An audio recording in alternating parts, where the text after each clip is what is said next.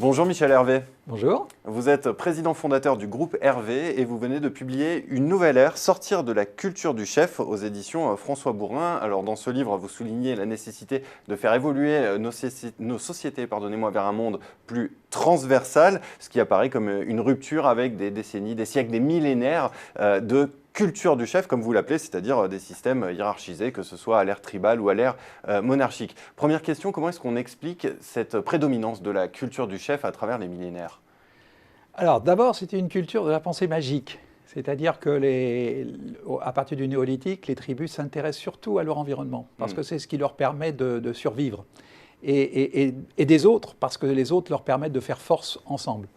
Et ce n'est qu'à partir de l'écriture, c'est-à-dire quand on prend conscience de la notion de temps et non plus d'espace, que là, on rentre dans une société logique, c'est-à-dire où la cause provoque une conséquence.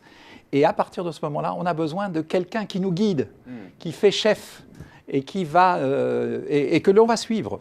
Et donc, cet fameux élu, si vous voulez, est le monarque, du grec monos arché, qui veut dire effectivement un chef.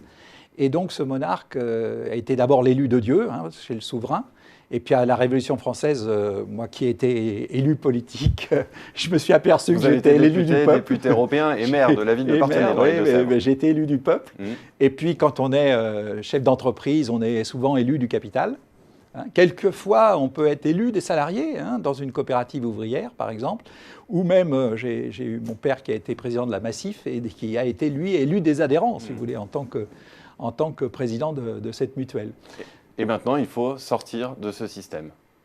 Il faut sortir de ce système parce qu'on n'a plus l'autorité, l'argument d'autorité, en disant « c'est moi le chef », n'est plus possible aujourd'hui. Il faut que ça soit l'autorité des arguments.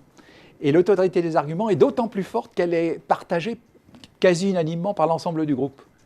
Donc le rôle du manager aujourd'hui, c'est d'être plutôt un catalyseur qui favorise, si vous voulez, cette concertation, cette démocratie concertative entre les membres de son groupe pour pouvoir faire force et faire orientation vers une prédiction, vers un objectif. Et alors comment est-ce qu'on en est arrivé là ? On imagine qu'une grande part est liée à l'essor des outils digitaux. Cette transformation de la pensée, qui était une pensée logique, en une pensée systémique, c'est que, et c'est pour ça que j'ai fait ce livre, si vous voulez, qui correspond au centenaire d'Albert Einstein en 1915, qui publiait La relativité générale, c'est-à-dire la prise en compte non plus de la notion d'espace comme chez les tribus, non plus seulement la notion de temps, comme depuis 5000 ans, si vous voulez, de l'écriture, mais la notion de l'espace-temps. Et le monde Internet nous donne à la fois une notion d'espace, indéniablement, on est mondialisé, on n'a jamais été autant mondialisé que maintenant, et en même temps cette dimension du temps qui reste et de l'ère précédente. Donc vous dites que finalement Internet est une rupture aussi importante que celle de l'écriture. Absolument. Alors maintenant, comment est-ce qu'on fait pour sortir de cette culture du chef ? Est-ce possible, vous qui pour commencer, vous l'avez rappelé, exercé des responsabilités politiques, est-ce qu'on peut mettre fin au système institutionnel tel qu'il existe aujourd'hui ? Alors, on peut y mettre fin à partir du moment où on prend en compte plusieurs transformations organisationnelles, si vous voulez. D'abord, il faut que, quelque part, les individus puissent faire fraternité, c'est-à-dire puissent faire groupe, et dans lequel ils ont vraiment le sentiment que c'est ensemble qu'ils vont être plus forts que tout seuls. Donc ça, c'est une transformation éducative, parce que à la génération précédente, on nous a mis plutôt dans l'individualité. Et là, il faut retrouver force. Donc, il faut des managers qui soient capables de faire ça. Donc, vous avez parlé de managers, c'est la même chose dans le monde de l'entreprise. Dans le monde de l'entreprise, c'est ça. Alors, pour ça, il faudrait que les managers pratiquent d'abord la subsidiarité. Ça, c'est ce que j'ai fait tout à fait au début de ma carrière, dès 72, si vous voulez. C'est de n'être là que lorsque, un peu comme un père, un peu comme un prof, si vous voulez, à l'école, et un patron qui ne serait là que lorsqu'on a besoin de son aide, de sa main pour marcher à quatre pattes, de quatre pattes à deux pattes. Mais en réalité, notre problème, c'est ensuite, je me suis aperçu que ce qui était important, c'était qu'il y ait de la subsidiarité entre pairs.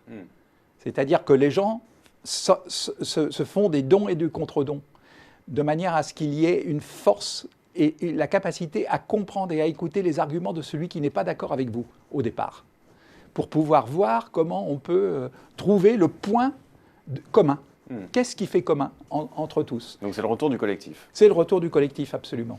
Dernière question, Michel Hervé, est-ce que vous pensez est-ce qu'on peut faire le pari que les nouvelles forces qui viennent de la jeunesse, de tout ce monde numérique, vont renverser les systèmes existants, en gros les balayer parce que le mouvement est trop fort? Absolument. Oui. Absolument. C'est la jeunesse, si vous voulez, qui porte en elle cette capacité, parce que d'abord, elle est de la génération Internet, mais elle porte cette capacité, si vous voulez, à faire groupe, à faire sens en commun. Eh bien, merci beaucoup, Michel Hervé, d'être venu présenter votre livre, Une nouvelle ère, sortir de la culture du chef. C'est aux éditions François Bourrin. Merci beaucoup. Merci.